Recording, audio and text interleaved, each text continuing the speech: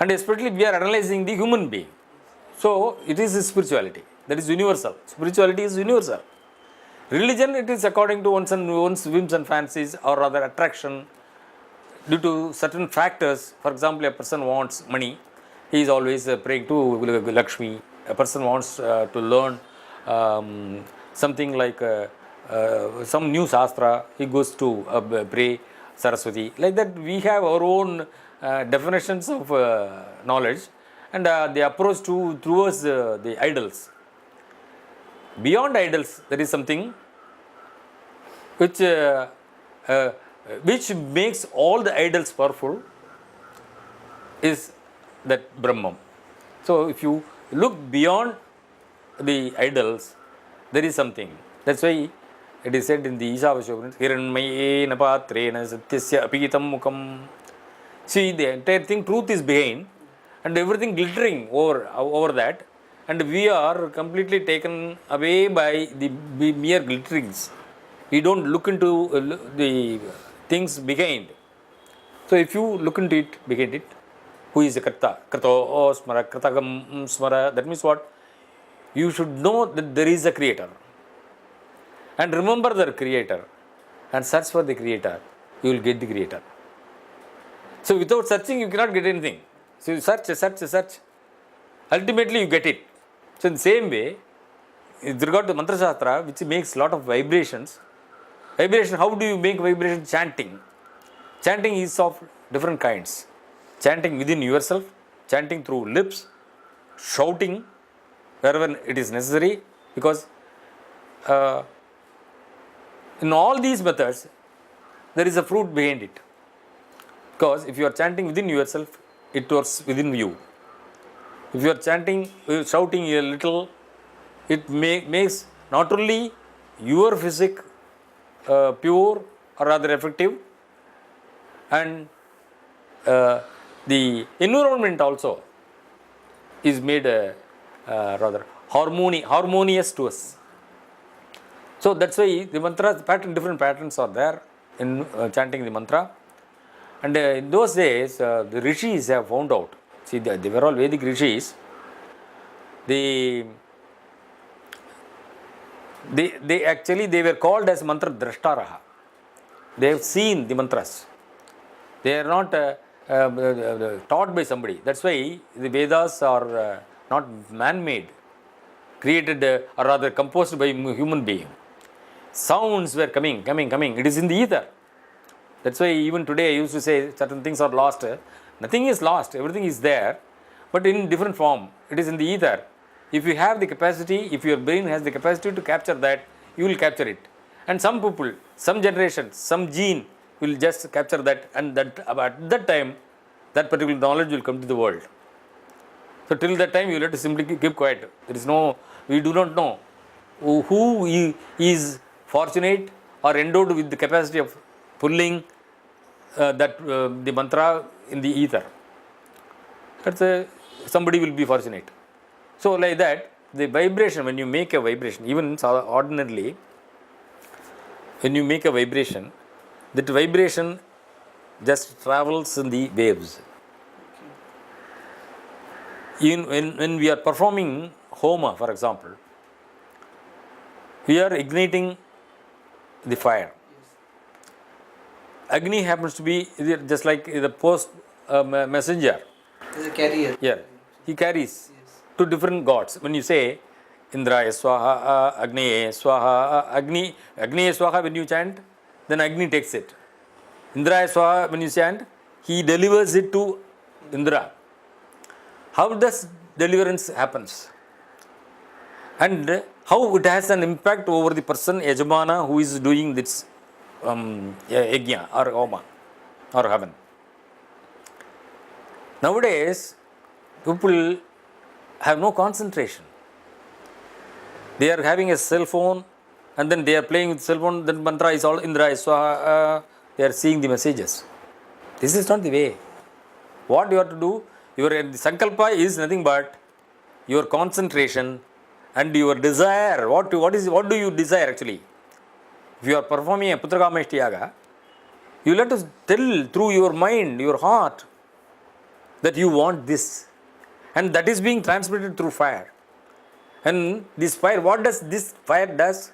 It takes your message, your thought waves to the upper level as far as it could do. And the moment it has an attachment with the sun's rays, which we call it as the 3G spectrum, 2G spectrum, 4G spectrum, all these things, it picks up. So it picks up. The moment that spectrum waves picks up your thought waves, it is dispersed to the universe. Everywhere it goes. And the impact is that, for example, I'll tell you, I want money. For that sake, I am just praying. My sankalpa is to get money. I want money, because these are all the days when people are asking for money only, not for knowledge. When you get a knowledge, then money can automatically come. But people are not having the patience to wait up to, directly they want money. So, taking for granted that I want money, my thought is being transmitted, it goes. There is somebody in some corner, maybe in the USA, maybe in Singapore, maybe in Malaysia, Australia. He might be thinking that a person should be chosen, a person should be given gift because I got lot of money. I do not know how to spend it. So it clicks up in such a way that somebody who is nearer to him says that there is a person, a perfect person, he has got a lot of ideas within him. If we support him financially, there may be something good coming out. Where is he? Find out. Nowadays you have got Google, so and so, what is his name, what is he doing, all these things. Okay, automatically the money comes there. How does it happen? It is because of this. Nowadays, due to the modern gadgets, we are able to explain the ancient phenomena, ancient things easily. In those days, they could not. They used to say, if you perform this homa, you will get this. What is the document? Evidence. They were not able to prove. Now we can prove on analogy. See, we cannot straight away also prove, but there is an analogy. That analogy is also a part of the evidence. When in the Tarkashastra, you have got 4 types of evidences: Pratyaksha, Anumana, Upamana, Shabda. The Pratyaksha is eye to eye, you see certain things and then there is an evidence, eyewitness. The Anumana is a guesswork. You think, if somebody is standing somewhere underneath a palm tree and drinking something, then immediately you think that this fellow is drinking some liquor like thing. So it is only your guess. Maybe he was drinking milk or even water. You do not know. That Anumana may fail, of course. But there is one way of evidence. So there are evidential things are there nowadays. And modern gadgets, it even reads brain, it even reads our entire physics and the vibrations in us. Even now gene testing, everything has come. Of course. So these things now make us believe in spirituality. Great scientists, just like Einstein said, where the religion or the spirituality or the religion fails, where the science fails, then there the spirituality starts. He does something, logically he has planned everything, and ultimately he could not get the result. Then he thinks, oh God, how it has happened? I did well. Then where I have mistaken? God, you tell me. Because he has to seek the knowledge from God. So ultimately he has to surrender into God. And if one person being so-called scientist could ultimately come near God for his invention, a person who has full faith from the very beginning can achieve a lot of things. He has only found out one thing, one innovation he has made. A spiritualist can make lot of innovations, lot of inventions. And whatever comes to his mind, he may not be practically doing this. And immediately he can give. That is the play of Guru. He knows that the knowledge is with him. When he transmits the knowledge, then a particular person, maybe towards science or even towards commerce. The Chanakya and others were well versed in commerce and politics. That is also a knowledge. A guru has taught him these things. So it gets transmitted. So this type of transmission can happen, which we call it as diksha. So mere touch, the transmission may happen by simply looking at the disciple. Okay, go.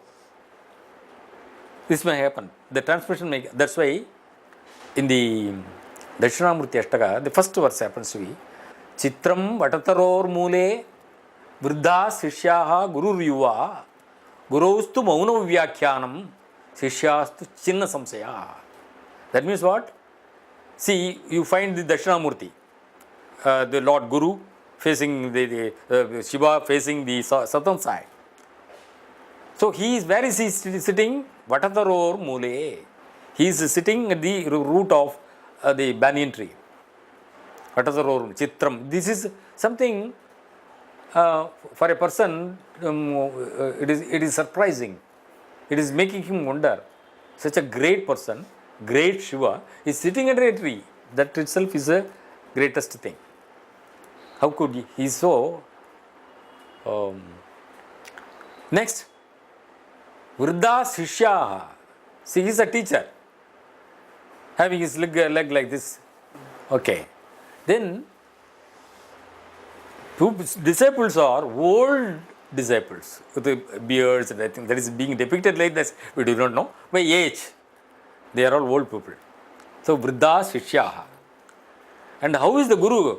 Guru Yuva. He is young, so young. Generally, the teacher used to be old and these disciples used to be young. But here everything ulta.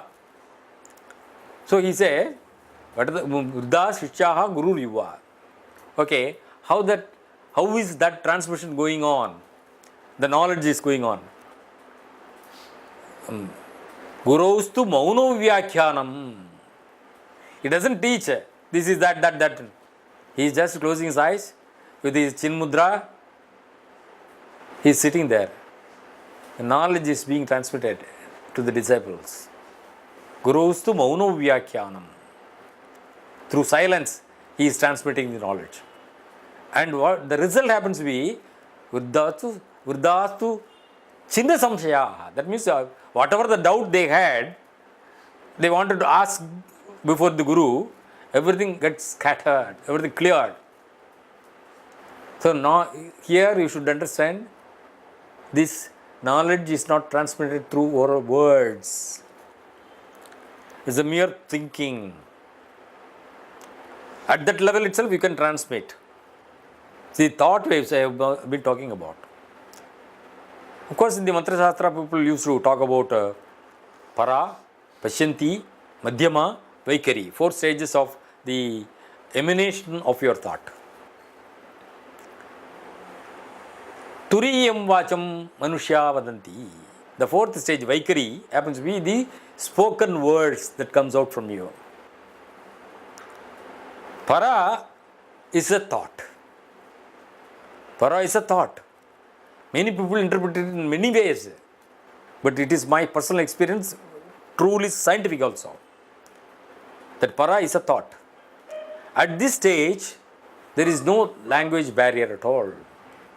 For example, this pen, it is there somewhere. I think I want this pen, it is so blue, I like this blue color, all these desires are with me. I think I want it. Same thing if a Japanese person likes it, he will also think the same thing. I want. This is, in his own language, he will say, we are telling it is blue color and other things. He will say in his own way and then I want it. So ultimately, the wanting is the concept, basic thought there. It may be for any person belonging to any race or any religion or any person belonging to languages, different languages. That is para. Pashyanti, what is the next stage? It wants to get rather ventilated. I want to inform this to you.